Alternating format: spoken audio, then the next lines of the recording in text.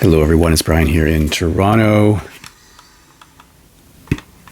Approximately there, as you know. Toronto, if you know, you know. This weekend, I'm doing a contest entry today for Chris at Stylist Meets Vinyl, whose contest is called Around the World. He's running this contest because he has achieved 1,000 subscribers, so congratulations, Chris. Couldn't have happened to a nicer guy, and I'm saying that because I've met him in person, and he is just as nice in person as he is on the computer screen. So the contest is really straightforward. I'll put the links to his channel and the contest video below. But essentially, there are three components. Well, there's actually four. You have to subscribe, but you should be subscribed anyway. Come on, he's got a good channel. Then you have to show one record that represents each of the 7 continents on the planet. And already you're thinking about this one down here. If you watch his video, he has some suggestions on how to deal with that. And then we are to show one record that represents Canada. After all, he's from Canada. And then the final thing is to do a shout out to another VC channel. So fantastic. And the prize is very generous, I will have to say. So I'm going to start with North America. There's no prescribed order of things. So North America, I will start with. And because I'm showing a Canadian record later, I'm not going to show a Canadian one for North America. But the problem I experience is there's just so much choice. There's so many Canadian or American bands and singers and whatnot. So I decided to use the Discogs random item generator on the website, not the app. And I expected to have to click it many times before I finally found an American band or artist that had a record. But in fact, the first time I pressed the button, I got this record from Tom Waits. So, way lucky, I guess. This is Bone Machine from 1992. I didn't buy this on album when it came out. I bought the compact disc. I was buying compact discs in the 90s and some records, but a lot of compact discs. And so I had to wait until 2023, if you can believe it. That's a long time to have to wait for a vinyl pressing of this record. You can see the hype sticker says it's remastered from the original tapes, has restored album artwork, 180 gram vinyl. I love this record. I might claim that this is my favorite Tom Waits record. Even love the image on the cover.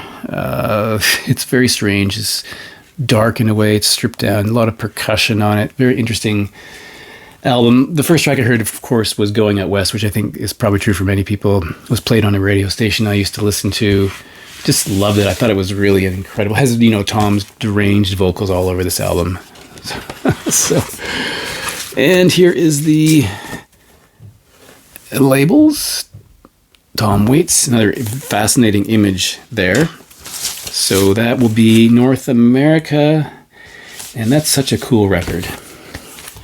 All right, so I show South America next. A bit of a challenging place for me because I don't have a lot of South American music. A couple things were on my list. In the end, I settled on this record from Paul Simon called Rhythm of the Saints, which is his follow-up to Graceland. This is a Canadian 1990 pressing when this record came out.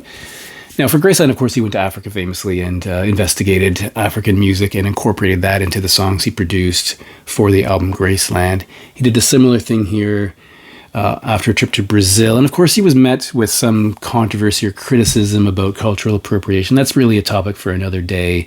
But I think he did both very well. I have a slight preference for Graceland, but there are some really interesting songs on here, and the music is really, really great. It starts out with The Obvious Child, which I believe was I don't know how many singles were from this record, but that was definitely one. Here's the Warner Brothers labels. So a really strong record, I think. As I said, Graceland's probably a little better for me, or I preferred a little more, but I think this is a really good record. Now, Africa. I don't have any Zamrock. I don't have any Zimrock. I actually don't think I have any bands from Africa. But I did find something in my collection that I think, well, I'm not sure the word represents is right, but it certainly addresses some African history in a very interesting way. And that's Bob Marley and the Wailers' Survival. Now, the cover is adorned with flags from various African nations. Not all would fit in this design. I think there were some pressings had a poster inside that had the remaining ones, I believe. But you can already tell from the title of this record, Survival, it has a very political statement, and the flags sort of give you an idea of the political statement of this record. It's an album about Pan-African unity. It or the urgency of Pan-Africanism.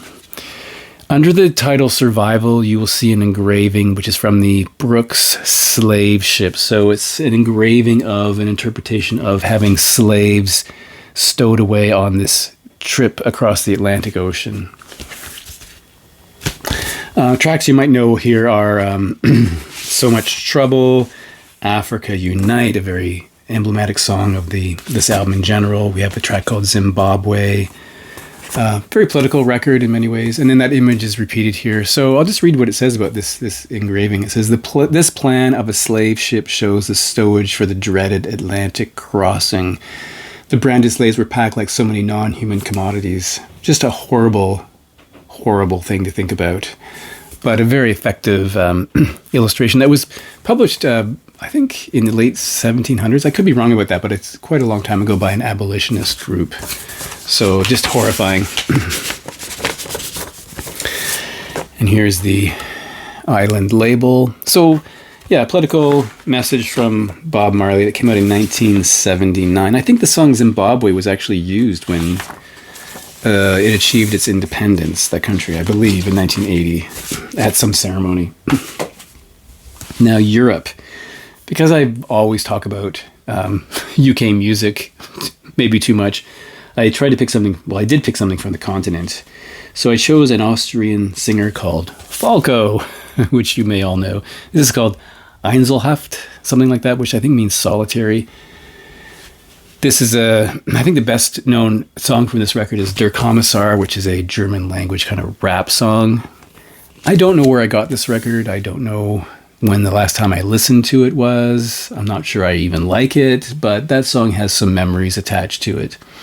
It's a bit sad, though, because he was, I believe, planning a comeback, and he was unfortunately killed in an automobile accident when he was 40. So a little bit of a tragic story there. On these A&M, the A&M labels. This is from 1982. Yeah, I can't remember when I listened to this, if I've ever listened to this, but I must have since I own it. So, yeah. Now, for Asia, there's a lot of directions I could have taken on this. My first inclination was to show a Japanese pressing. I did that quite recently. So I picked something a little off the wall, or a little maybe not obvious, let's say, is Malcolm McLaren's record called Fans, which came out in 1984. I'm going to have to cover part of the back here, I guess. This is a record that contains the track Madame Butterfly, which is an electronic reimagining or representation of the opera Madame Butterfly, which in itself comes from an original short story about an American serviceman who ends up in Nagasaki in 1899, I think, and marries a geisha girl. In fact, it starts off with the lines, "Back in Nagasaki, I got married to Cho-Cho-sen." There's a lot of spoken word in this song, and then there's some singing. I think it's quite effective, though. I remember it got played a lot on a radio station I was listening to, and I think it's really, really good. It ends with Death of Butterfly from Puccini's opera. So there's two things from Madame Butterfly, and then there's some parts from different operas that are mixed in with this on this record. I'd say a very interesting record. Maybe if I can say my favorite Malcolm McLaren record. Can I say that? Maybe. Okay, so Australia. Now, I do have quite a few things from Australia, but I've chosen a band here where, strangely enough, I have only one of their records, and I don't understand it because I really like them. That is the Go-Betweens, Liberty Bell, and the Black Diamond Express. Strange album cover because it's very matte, it has no gloss on it whatsoever, very monochrome. Perhaps you've seen the video or heard the song Spring Rain. I think that was a single for sure. Kind of an indie band, jangle pop might be a better way to describe them. Vertigo labels. Enjoyable. I don't know why I only have one record from them. It doesn't make any sense. Now the last one, Antarctica. Two things came immediately to mind. One was used by another VC channel that I won't name. That was a Vangelis composition. And the second thing that occurred really simultaneously was John Cale. Now, I think I can't really put John Cale in another video because I talk about him all the time, but he wrote a song called Antarctica Starts Here. And what I decided to do was include a cover version. So on this David J 12-inch single, now David J was in Bauhaus and Love and Rockets. This is called Candy on the Cross. He covered a track called Antarctica Starts Here, which is the John Cale track. So we have the track and then a reprise of the track down here. Weirdly, Candy on the Cross features backing vocals from Peter Murphy of Bauhaus. So yeah, I didn't use the John Cale track. I used a cover of the John Cale track. So anyway, this came out in 1992. And here is the MCA label that you've all seen before. Good track, by the way. John Cale's is probably better than the cover version. But now I'm going to end with, before the shout out, with the 8th record. This is an obscure kind of Canadian band, but I chose it because I think there's a song on here that you may know, and you may not know it's a cover version, and you may not know the origin of it. So this is a band called Indio. It's called Big Harvest. Now, Indio is really a guy named Gordon Peterson, who recorded one and only one record in 1989, which is this one. Oddly, he got some really high power help. For example, the guitarist is David Rhodes from Peter Gabriel's band. Larry Klein, Joni Mitchell's on here. Van Dyke Parks is on here. So he's got some help for sure. On side 1, the last track is called Hard Sun, which was a hit here, at least in some markets. It was a hit here. Now that song was covered by Eddie Vedder for the soundtrack for Into the Wild. So you may know Eddie Vedder's version, but not know the original that came from here. Now I recall there was a lawsuit because Gordon Peterson did not like. He felt like he should have had the opportunity to give approval, and he didn't like some of the changes that were made. So there was some settlement. But if you know Hard Sun by Eddie Vedder, it comes from this record originally. So that's my Canadian record.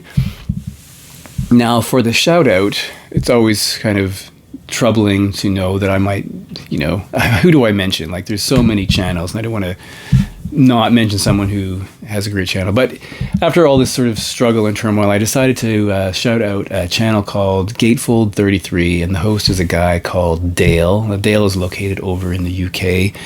He has been away for a while, so I think his last video was in August, but he seems to be back now. He just posted a new video within the last couple of days. I've always loved his channel. He's got this interesting sense of humor.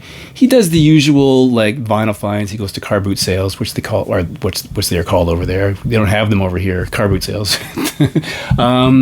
He does that sort of thing. He takes part in some threads from time to time, and he has got an interesting series called Lost in the Collection that I always really enjoy. So I'm going to suggest you check out Dale's channel, Gatefold 33. You might find that you enjoy it. So that's it for today. I will see you in the next video.